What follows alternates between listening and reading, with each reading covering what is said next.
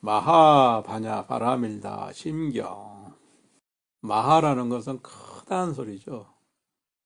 바냐는 이제 지혜라는 말이죠. 바라밀다. 바라밀다라는 것은 지혜의 언덕이다. 이제 이런 말이죠. 그래서 여기서 언덕이라는 얘기는 이제 성취한 것, 이루다, 도달하다. 그런 의미가 되는 거죠. 더 나아가서 보살의 언덕, 즉 보살들이 머물고 있는 곳, 보살이 닦아가는 도리, 이런 의미도 된다고 하겠습니다. 시인경이라는 것은 이제 아주 핵심적이고 중심적인 그러한 이 경전이다. 이런 의미가 되겠습니다. 마하바냐 바라밀다 심경. 이것은 이 반야부 경전에서도 가장 총체적으로 전체의 뜻을 아주 잘 보여준, 아주 짧게 요약을 해서 대승 반야부 경전의 뜻을 잘 보여줬다고 하겠습니다. 마하바냐 바라밀이라는 것은 지혜의 오살도라고 하는 거죠. 육바라밀 가운데 하나죠. 보시지계, 인욕, 정진, 선정, 반야, 바라밀. 그 가운데 반야 바라밀이 제일이다. 이 지혜의 바라밀을 잘 알아야 된다. 이 보살도, 지혜의 보살도를 잘 알아야 부처님의 깨달음의 세계에 나아갈 수 있다. 이런 의미가 되는 거죠. 그래서 육바라밀 가운데 제일은 반야 바라밀이다. 이 반야 바라밀은 부처도 이것을 통해서 깨달았고 보살도 이것을 통해서 부처의 세계에 나아간다. 이렇게 얘기할 수가 있는 거죠. 그리고 이 반야부 경전이라는 것은 방광반야 바라밀다경, 대반야 바라밀다경, 금강반야 바라밀다경 등 아주 방대한 부처님의 설법으로서 총체적으로 묶어서 이제 반야부 경전이다. 이렇게 얘기를 하는 거죠.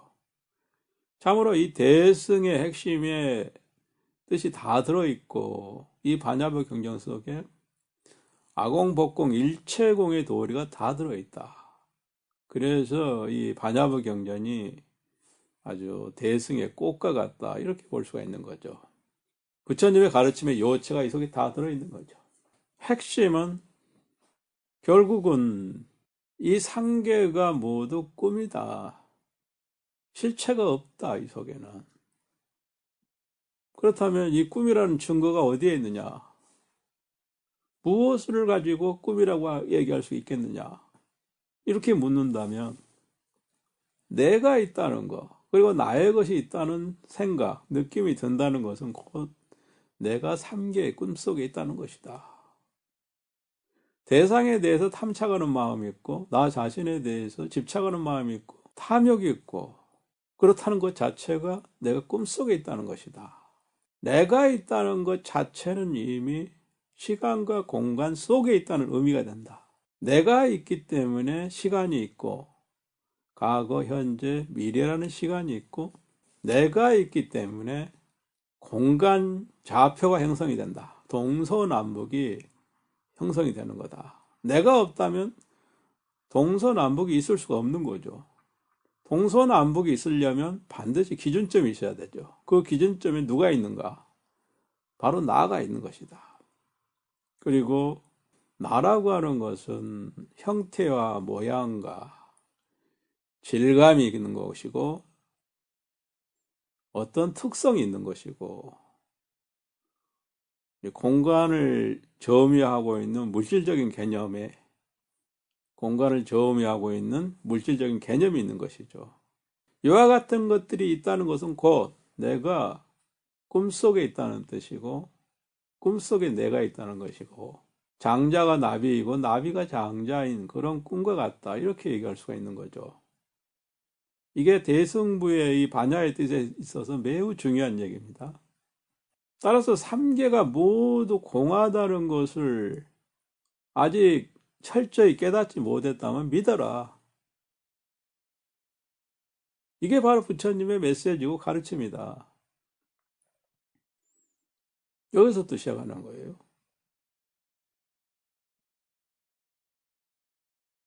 내가 존재한다는 것은 삼계의 꿈속에 있다는 것이다. 나와 반대되는 것이 이제 법이라고 표현하죠. 대상의 의미도 되는 거죠. 대상이 곧 법이라고 얘기하기는 조금 미흡하지만 내가 존재하면 곧 나와 대칭이 되는 법이 역시 존재한다. 이렇게 볼 수가 있는 거죠. 이와 같은 이원성이 존재한다는 것 자체가 꿈이다. 환상이다. 내가 꿈속에 있을 때 이게 꿈인가 현실인가 내가 어떻게 알겠는가 어떻게 이것을 가려내야 되겠는가 하는 의문이 들 때 스스로 반문하게 될 때 내가 있고 나의 것이 있고 관찰자가 있고 관찰되어지는 대상이 존재한다면 그리고 탐진치가 존재한다면 탐욕이 일어나고 애착이 일어나고 취하고 버리는 일이 일어나고 있고 없는 문제가 생기고 높고 낮은 문제가 내 눈앞에 걸린다면 그것은 삼계의 꿈속에 내가 있다는 증거다. 이렇게 봐야 된다는 거죠. 부처님께서는 이 반야부 경전에서 내가 없고 법이 없다면 무해하다. 어디에도 걸림이 없다. 이런 얘기를 했어요. 이래서 이와 같은 가르침은 참으로 놀랍고 때로는 두려움을 불러일으키고 공포를 자아내는 원인이 되는 거다. 그렇기 때문에 이 얘기를 직설로 하지 않고 방편적으로 두루두루 돌아서 나중에 가서 이 반야부 경전에 이르러서 이 얘기를 하게 되는 겁니다.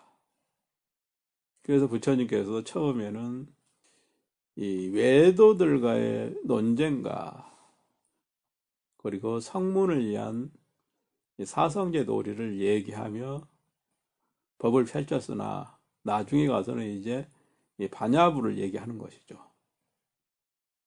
자, 그럼 이제 마하반야 바라밀다 신경을 한번 살펴보도록 하겠습니다.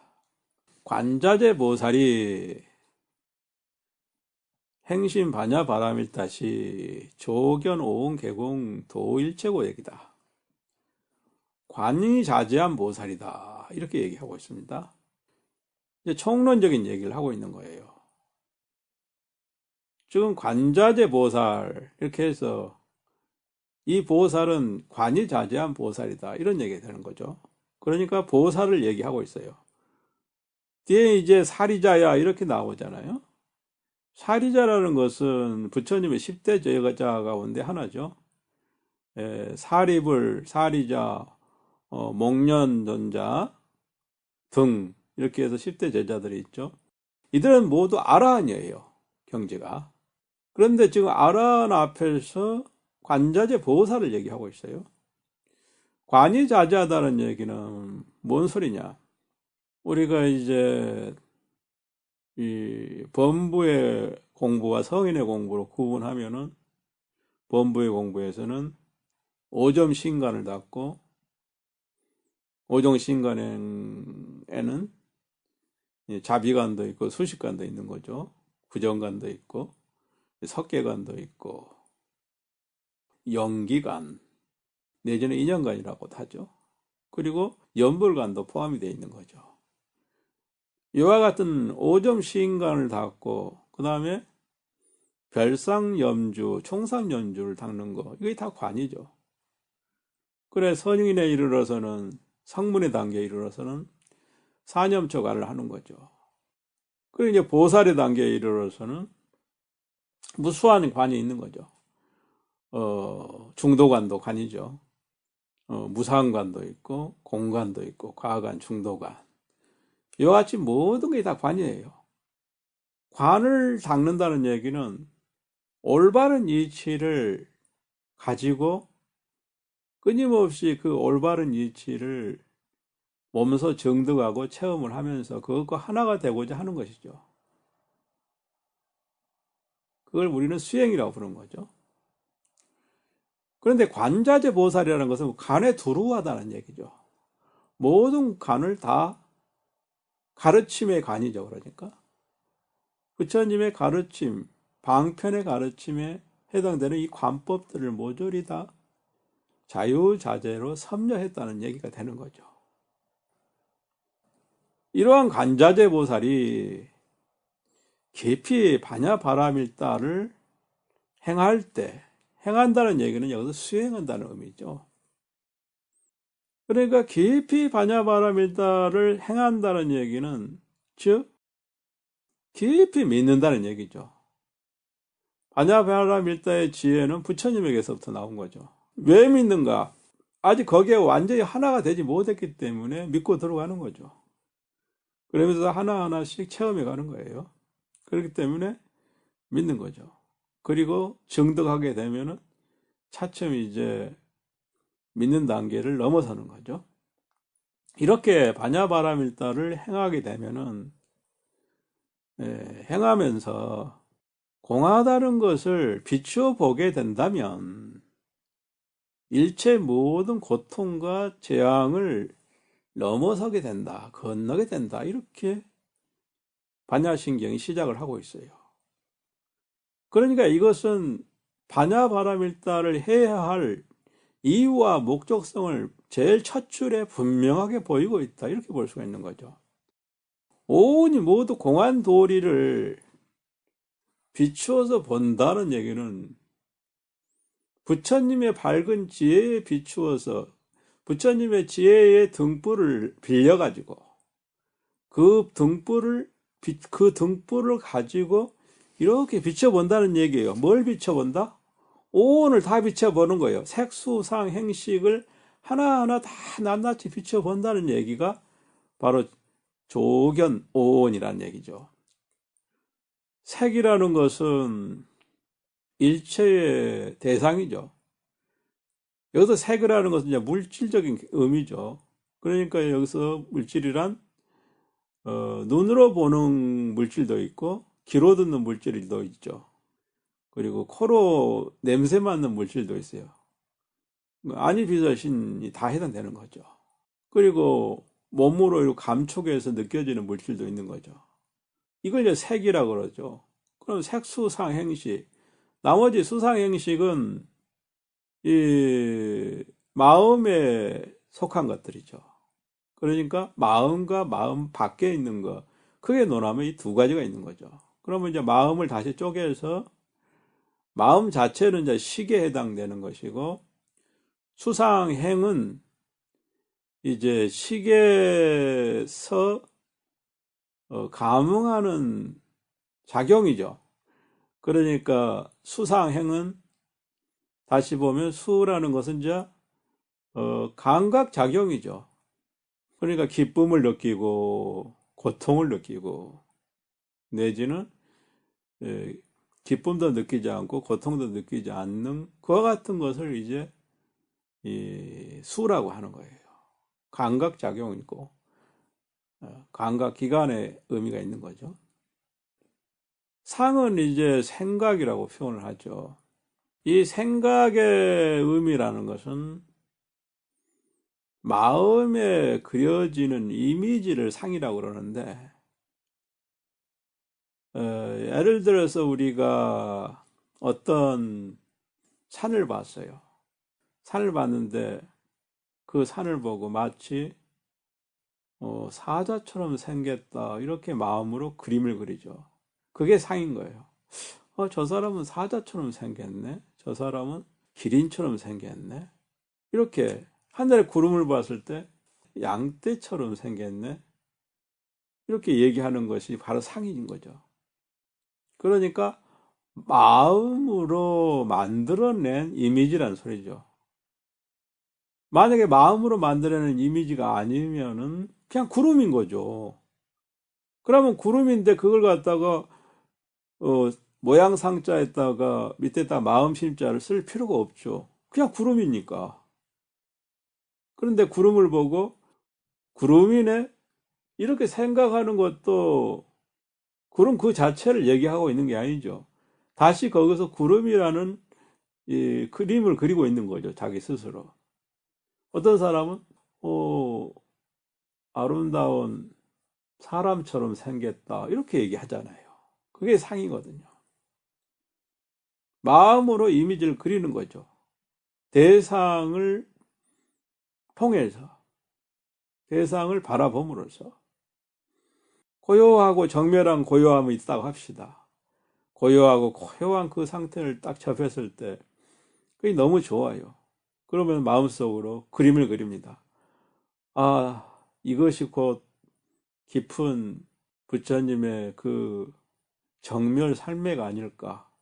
이렇게 마음을 그리잖아요. 그게 상이 되는 거죠. 이게 열반의 깨달음이 아닐까.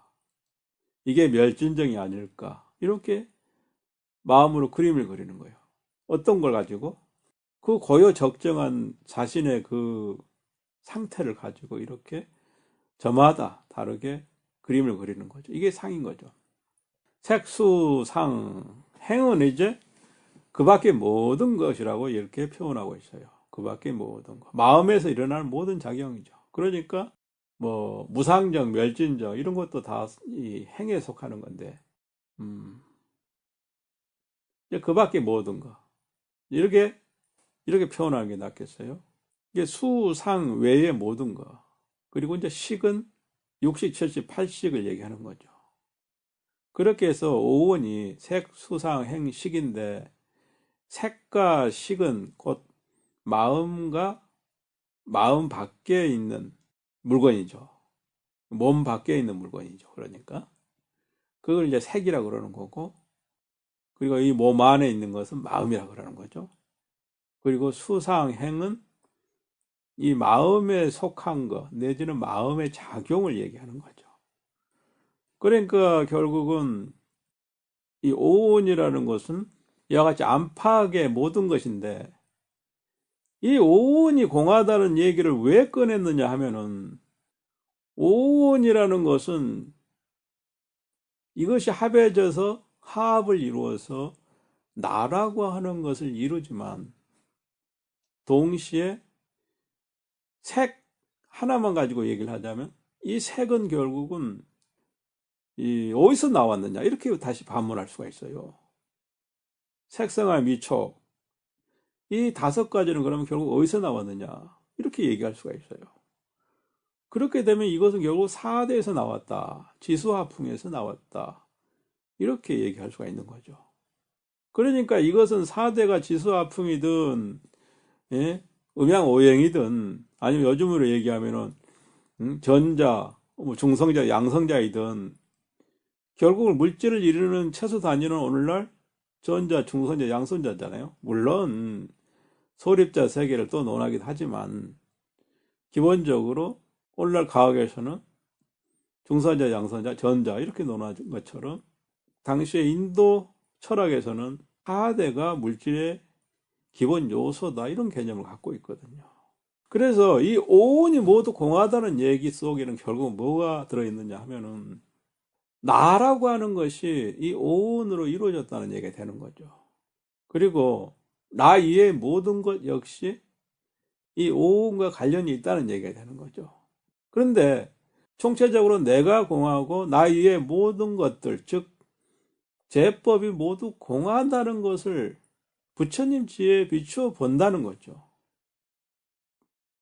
그래서 공한 도리를 몸소 이렇게 공하구나 이렇게 이제 99.9% 이해해야 하던 단계를 지나서 100%라는 이렇게 확증의 단계에 이르게 된다면은 곧 일체 모든 고통과 재앙으로부터 벗어나게 된다. 건너게 된다. 이런 얘기죠. 여기서 고액이라는 것은 결국 일체 모든 고통이라고 하는 것은 욕계의 고통만 얘기하는 거 아니에요. 색계, 무색계의 고통까지 다 포함이 되는 거죠. 이 오온의 얘기는 조금 더 해보면은 나라고 하는 것은 내 마음속에 이미 이 오온적인 요소가 갖추어졌다는 얘기가 되는 거예요. 깊은 무의식 속에, 즉 아리아식 속에 이 오온적인 요소가 있다는 거죠. 그렇기 때문에 그 오온적인 요소와 바깥의 부분들이 서로 만남으로써 하나의 세계가 형성된다는 얘기죠. 그러니까 색은 색을 보고 소리는 소리를 듣는 거죠. 내 안에 없는 것으로 바깥의 것을 인식할 수는 없다는 거죠. 색을 볼 수 있는 요소가 내 안에 있기 때문에 색을 본다는 거고, 소리를 인식할 수 있는 요소가 내 안에 있기 때문에 소리를 인식하고, 냄새를 인식할 수 있는 요소가 내 안에 있기 때문에 냄새를 인식한다는 얘기죠. 만약에 그 요소가 없으면 인식을 못 하는 거죠. 우리가 컴퓨터에 비춰보면 잘 알 수가 있는 거죠. 컴퓨터가 인식할 수 있는 것은 매우 단순하죠. 결국은 우리 인간의 몸에 비춰서 보면은 키보드를 치고 두들긴다는 얘기는 거의 이제 촉감적인 부분만 인식을 한다는 그런 의미가 되는 거죠. 그거 하나로 모든 걸 다 이뤄내는 거예요.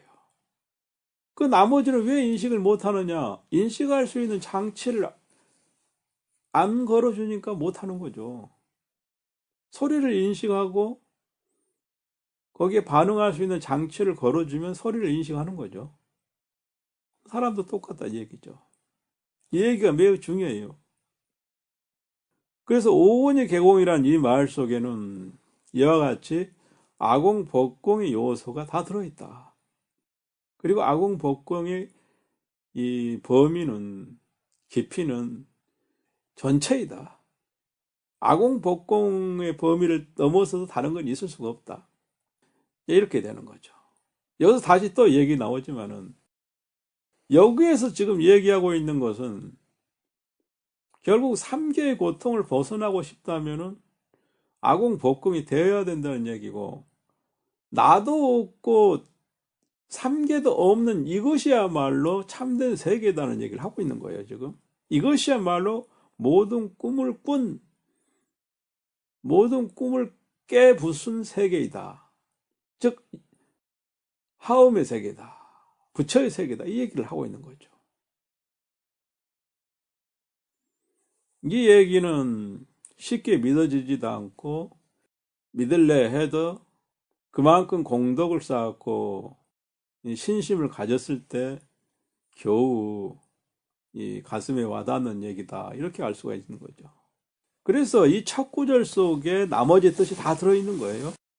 그래서 두 번째 구절부터는 이제 이 얘기를 다시 반복해서 하고 있는 거예요. 사리자야. 사리자는 부처님의 10대 제자로서 아라한의 경지에 이른 자이다. 이렇게 얘기할 수가 있죠. 그 아라한의 경지에 이른 사리자에게 뭐라고 얘기하느냐? 색이 곧 공하다. 색불이공이라는 것은 색이 곧 공과 다르지 않다. 처음에 다르지 않다고 얘기해요. 공하다 얘기하지 않고 공과 다르지 않다. 이렇게 얘기를 하죠. 그리고 공이 곧 색과 다르지 않다. 또 이렇게 얘기하죠. 그럼 색수상 형식이 다 똑같은 거죠. 그리고 그 다음 구절에 가서 뭐라고 얘기하냐면 색이 곧 공이고 공이 곧 생이다 얘기해요. 처음에는 다르지 않다고 얘기하면서 일단은 놀라지 않도록 살짝 간접화법으로 얘기를 하는 거죠. 그리고 그 다음에 곧장 직접화법으로서 색과 공은 다르지 않다. 그러니까 4대 5원 18개가 전부 공하다. 통째로 공하다. 거기는 실체가 없고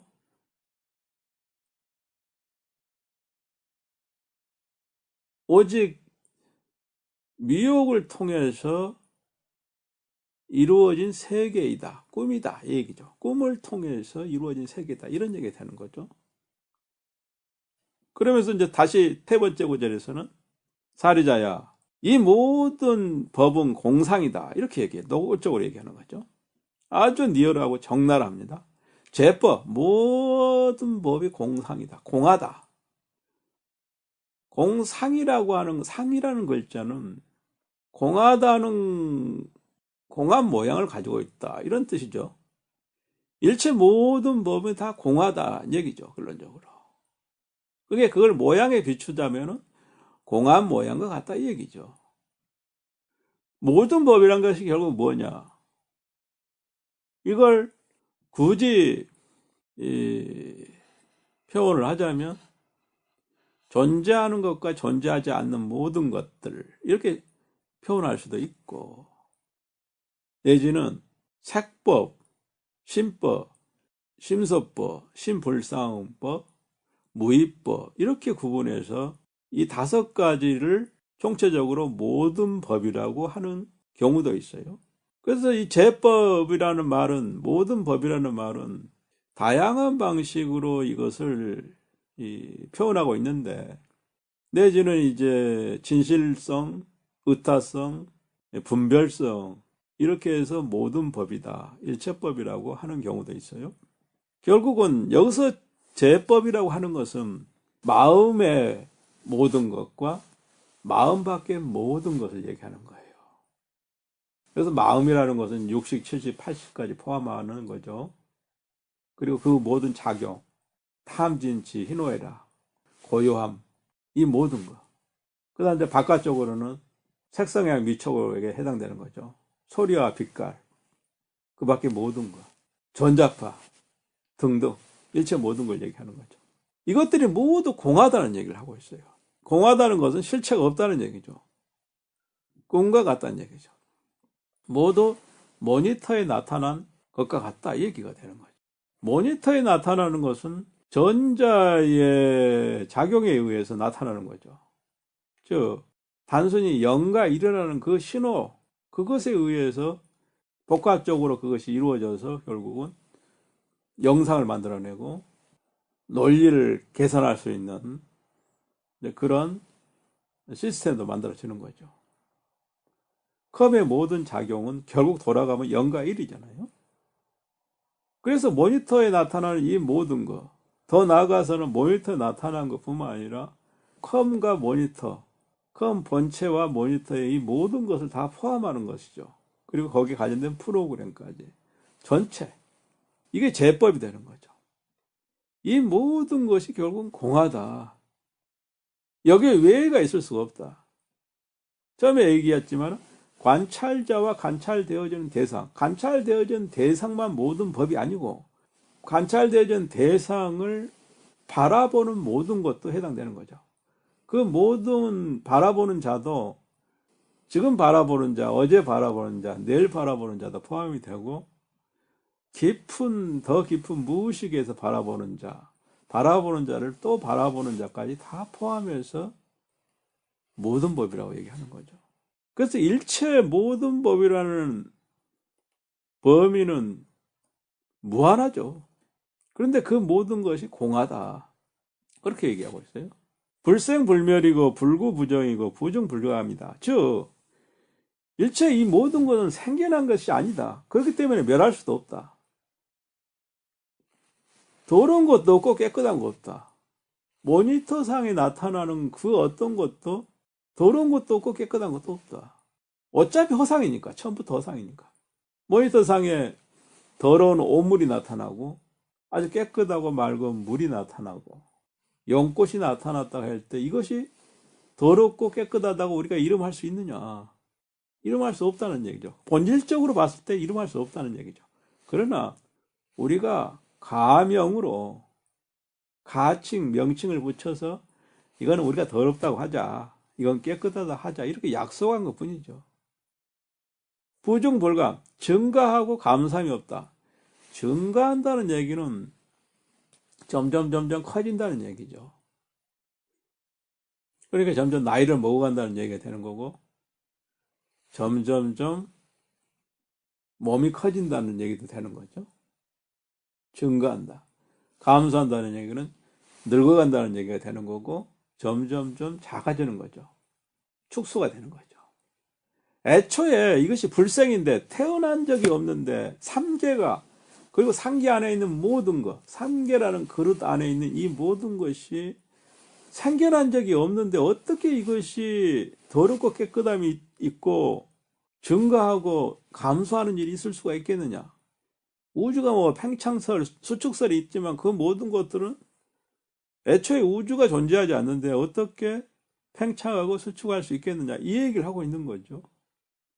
굉장히 지금 이 얘기를 들으면서 혼란스러울 거예요. 나중에 유식론에 대해서 얘기할 때 있겠지만은 그때 다시 한번 또 여기에 대해서 들어보시면 훨씬 더 큰 신심을 얻을 수 있을 것이라고 봐집니다. 시고로 그러므로 공중에는 공 가운데는 색이 없고 수상 형식도 없다. 오온이 없다는 얘기를 다시 하고 있는 거죠. 이미 일체가 다 공하다고 얘기했어요. 근데 그 공한 가운데 다시 색수상 형식이 있다 그러면 색수상 형식은 모든 존재가 이루어지는 가장 뿌리인 거죠. 뿌리인 거죠. 그러니까 그 뿌리가 없으면 나머지는 얘기할 필요도 없는 거거든요. 그리고 이 뿌리를 가장 씨앗에 대해서 얘기를 함으로써 나머지 것을 다 한꺼번에 얘기하는 것과 똑같아요. 일체 제법을 얘기하는 것과 똑같다는 얘기죠. 색수상 형식, 오만 얘기하면은 나머지를 전체를 얘기하는 거예요. 되는 거예요. 그래서 색수상 형식을 거론하는 거예요, 지금. 그래서 여기서 얘기가 다시 총론적으로 얘기를 합니다. 색수상 형식도 없고, 무한히 비설신이, 아니 비설신이도 없고, 색상의 미적법도 없다고 얘기를 해요. 즉, 육군, 육진, 그 육식을 얘기하는 거죠. 여기서는 지금 육진과 육근에 대해서 얘기를 하고 있어요. 그렇지만 이미 색수상 행식에서 오온을 얘기했으니 육식에 대해서 식에 대해서 얘기한 것도 포함이 되고 있는 거죠. 여기서 식, 색수상 행식에서 이 식은 육식, 칠식, 팔식을 얘기하는 거니까. 그래서 이것들이 몽땅 없다고 얘기하고 있어요. 즉 마음도 없고 마음과 마주하고 있는 대상도 없고 일체가 없다. 아공이고 법공이다. 애초에 일체가 없었다. 지금 우리는 일체를 보고 있죠.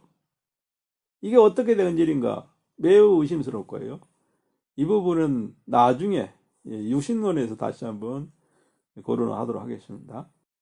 무한계 내지 무의식계다. 의식 세계도 없고 그리고 안계, 눈에 보이는 세계죠. 눈에 보이는 세계도 존재하는 것이 아니다. 그러면 안개는 뭐 눈뿐만이겠습니까? 귀에 들리는 세계에 있고 촉감의 세계에 있고 미각의 세계가 있는 거죠. 오늘날 직업적으로 봐도 그런 다양한 직업이 있는 거죠. 소리로 먹고 사는 사람이 있고 눈으로 먹고 사는 사람이 있고 손으로 먹고 사는 사람이 있는 거죠. 그 세계에서. 근데 여기서는 지금 이러한 6개의 세계뿐만 아니라 의식의 세계조차도 존재하는 게 아니다. 존재하는 것이 아니다고 분명하게 얘기하고 있어요. 이러한 가르침, 이렇게 일체가 존재하지 않는다는 이 가르침이야말로 대승의 보살도이다. 대승보살이 닦아가야 할 참된 가르침이 이렇게 이해해야 된다는 것입니다. 무명도 없고 무명이 다 아는 것도 없다. 무명이라는 것은 모든 번뇌의 시초죠. 최초의 일념이 한 생각이 일어나서 그 생각에 구르고 굴러서 8식, 7식, 6식이 이루어진다. 그렇게 말하거든요. 그 최초의 무명, 그러니까 최초의 무명이라는 것은 결국 뭔 소리냐면은 이미 3계가 공하다고 얘기를 했는데 이 가르침의 반대로 3계가 공한 것이 아니라 실제가 아닐까라고 의심을 했다면 이미 무명이라는 것을 일으킨 것이죠. 무명에 발이 빠진 겁니다. 그러니까 3계가 실제가 아닐 거라는 그 한 생각이 없어진 것이 결국 이제 무명도 다 한 것이죠. 무무명진이 되는 것이죠. 그리고 무노사, 늙고 죽음도 없고 늙고 죽음이 다 한 것도 없다. 그 노사라는 것은 결국은 연기법으로 보면 12연기법에서 무명행식으로 시작해서 유, 생, 노, 사가 되잖아요. 그렇죠? 그러니까 12연기법 자체가 존재하는 게 아니다. 그것은 꿈속에서나 존재하는 것이지 참된 실제 세계는 12연기법이 존재하지 않는다. 이 얘기를 하고 있는 거죠, 지금. 그래서 노사를 얘기하는 거예요. 무고지멸도, 사성제가 존재하지 않는다.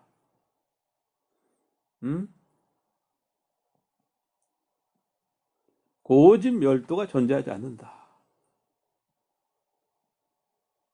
사성제는 범부는 고와 집의 도리를 알 수 있어도 멸과 도의 도리는 알 수가 없어요. 여기서 범부는 이제 성문의 단계에 이르기 이전을 범부라고 하죠. 대승의 입장에서 보면은 10주, 10행, 10해양의 단계가 다 범부의 단계입니다. 고와 집의 도리는 알아도 멸도는 알지 못한다. 즉 고라는 것은 이 탐진치가 모여서 그 결과물이죠. 고통이 일어나는 것은. 집이라는 것은 결국은 탐진치의 번뇌가 이제 모여서 화합한 걸 얘기하는 거죠. 멸도라는 것은 이 모든 번뇌가 결국은 없어지는 것이 멸이죠. 도라는 것은 그 없어지게 하는 방법을 얘기하는 거예요. 길이죠. 수행의 의미가 있는 것이죠. 멸은 멸도, 즉 멸은 여기서 열반의 의미가 있는 것이죠. 모든 번뇌가 다한다. 그러면 그 다하려면 방법이 있어야죠. 그게 이제 도의 의미가 있는 거죠. 이 멸도의 길은 이 성문에 이르러서 이 길을 밝힐 수가 있는 겁니다. 그리고 무지영 무득이다. 지도 없고 어둠도 없다. 지혜도 없고 어둠도 없다. 이렇게 얘기하는데 여기서 이제 지혜라는 것은 이 일체지를 의미하는 것이고 결국 보살의 지혜를 얘기하는 것이죠. 그리고 득은 어둠이 없다고 하는 것은 깨달음을 얻었다고 할 것도 없다는 거죠. 아니 자기 집 밖에 나갔다가 다시 자기 집으로 돌아왔을 때 나는 내 집을 얻었다 이렇게 얘기할 수는 없거든요.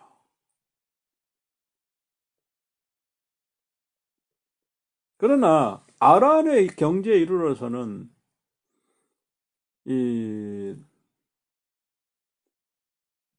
나는 알았다고 하는 것이 있어요. 즉 소득심이 있다는 얘기죠. 그러나 참된 깨달음의 세계는 알았다고 하는 것이 있을 수가 없다는 얘기가 되는 거죠. 그래서 이 무소득이란 말이 매우 중요해요. 그래서 그 다음 구절에서 이 무소득고 얻은 바가 없기 때문에 보리살타는 바냐바라밀다를 의지하기 때문에 이렇게 얘기하죠. 보리살타라는 말은 보살을 의미하는 것이죠. 살타라고 하는 것은 중생의 의미가 있어요. 사트바의 뜻인데 범어로는 사트바이죠. 그러니까 보리는 이제 지혜죠. 그러니까 중생 가운데 부처의 지혜를 구하는 중생의 의미가 되기도 하고 내지는 부처의 지혜를 간직한 중생이라는 그런 의미가 되는 거예요. 보리살타라는 것은 즉 보살이죠. 이 보살은 바냐바라밀다를 의지하기 때문에 신무가이다. 마음에 걸리는 바가 없다고 얘기하고 있어요. 왜 걸림이 없을까요? 일체가 공한 줄 알았기 때문에, 그렇게 믿었기 때문에, 그 믿음을 따라서 실천하고 가기 때문에, 일체가 공한 줄 알았으니 걸림이 없는 거죠. 손으로 허공을 이렇게 휘저어봐도 아무것도 손에 걸리는 게 없다는 얘기죠. 그게 걸림이 없는 것이죠. 그래서 마음에 걸림이 없다 이렇게 얘기하는 거죠. 여기서 마음이라고 하는 것은 어떤 마음인가? 안욕따라 삼막 삼보리의 마음을 일으킨 자리를 얘기하는 것이죠. 즉 발심을 일으킨 자리. 즉 부처님의 무상대도의 깨달음을 간절히 구하는 마음의 그 자리를 얘기하는 거죠. 그 마음을 얘기하는 거죠. 보살의 마음인 거죠. 즉 신무가이다. 마음에 걸림이 없다. 마음에 걸림이 없기 때문에 무유공포다 그랬어요. 공포감이 없다는 얘기를 하고 있어요. 공포감이 없다는 얘기는 앞에서 얘기한 것처럼 일체가 공하다고 하면 놀라고 두려울 얘기죠. 무아라는 얘기만 해도 놀라고 두려울 얘기예요. 범부 중생에게 무아라는 얘기는 참으로 놀라고 두려울 얘기예요. 내가 없는 순간, 내가 없다는 얘기를 듣는 순간 공포심이 일어나거든요. 그래서 부처님께서도 이승에게는, 성문영각에게는 이 말을 쉽게 하지 않았어요. 놀라고 두려워하지 않을 만큼 근기가 단련되었을 때 비로소 일체가 공하다는 보살법을 말씀하셨는데, 그렇기 때문에 경전에서도 끊임없이 나오죠. 만약 이 경을 듣고서 놀라고 두려워하지 않는다면 그 자는 참으로 신심이 있는 자이다 등등 이렇게 얘기하잖아요. 무유공포다. 그럼으로써 원리 전도 몽상이다. 뒤집어진 꿈 같은 생각을 멀리 여의게 된다. 전도 몽상이라는 것은 뒤집어진 꿈의 생각이라는 얘기는 뭔 얘기냐? 앞에서 얘기한 그대로죠. 삼계가 실체라고 바라보고 진실이라고 바라보고 이 존재하는 거, 이 속에 파고 들어가면 거기에 진실이 있다고 바라보는 거, 그 자체가 전도 몽상이라는 얘기죠. 일체가 다 꿈이다. 공한 것이다. 그런데 그걸 반대로 해석하는 거죠. 아니야. 0.001%는 진실이 있을 거야. 모든 과일은 속에 씨앗이 있는 것처럼 그 속에 진실한 그 실체가 있고 나머지는 다 가짜일 것이야. 이렇게 이해를 하면 그것이 전도몽상이 되는 거죠. 부처님께서는 일체가 다 공하다 그랬는데 자기식으로 생각하는 일체와 부처님께서 말씀하신 일체가 다른 거죠. 일체라는 개념과 정의가 다른 거죠. 자기가 생각하는 일체라는 개념을 버리고 부처님께서 말한 일체라는 개념을 자기의 일체의 개념으로 삼아야죠. 자신의 일체의 개념으로 삼아야죠. 그게 매우 중요한 얘기죠. 그래서 원리, 멀리 떠난다, 버린다. 전도된 망상을, 그러니까 삼계가 실체라고 바라보는 생각에 눈꽃만큼이라도 있다면 그건 전도망상인 거죠. 그런데 눈꽃만큼의 반대로 99.9% 이것이 참이라고 바라보면 이것은 전도도 망상이겠죠. 그래서 이것을 그래서 이 전도망상을 멀리 떠나면, 그러니까 아득히 떠나서 떠나고 떠난다는 얘기가 되는 거죠. 즉, 그 미시한 습기까지도 다 버리고 떠난다면 그것이 구경열반이 되는 거다. 궁극의 열반의 뜻이다. 이런 얘기죠. 즉, 열반이라는 것은 모든 번뇌가 다하여서 움직임이 없다는 의미가 되는 것이죠. 그렇기 때문에 열반을 곧 고요할 적자를 쓰죠. 적이라고 표현하죠. 고요함이다. 이렇게 표현하기도 하는 겁니다.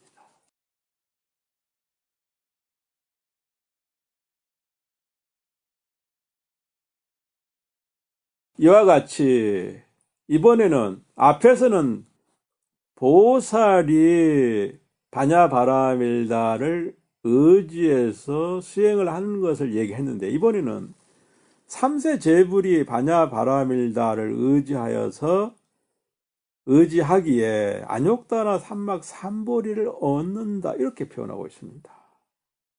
그러니까 모든 보살도 바냐바라밀다를 의지해서 수행을 해서 십지보살의 경지에 이르는 것이고, 모든 부처 또한 바냐바라밀다를 의지해서 궁극의 깨달음에 나아간다 이렇게 얘기할 수가 있는 것이죠. 여기서 안욕다라 삼막 삼보리를 얻는다고 했는데, 여기서 득은 엄밀한 의미에서 무소득, 얻은 바가 없는 득인데, 글자로서 그냥 아라한의 입장에 서 있는 사리자에게 얘기하고 있기 때문에 득이라는 글자를 쓴 거죠. 본래 대승적인 입장에서 보면은 무소득이라고 얘기해야 맞겠죠. 안욕다라 삼막 삼볼이라는 것은 글자를 그대로 번역을 하면은 무상 정등 정각이라고 이렇게 표현을 합니다. 무상이라는 것은 더 이상 이가 없다는 소리죠. 즉 최고의라는 의미죠. 더 이상 올라갈 데가 없다는 거예요. 정등 정각이라는 것은 정등 같을 등자죠.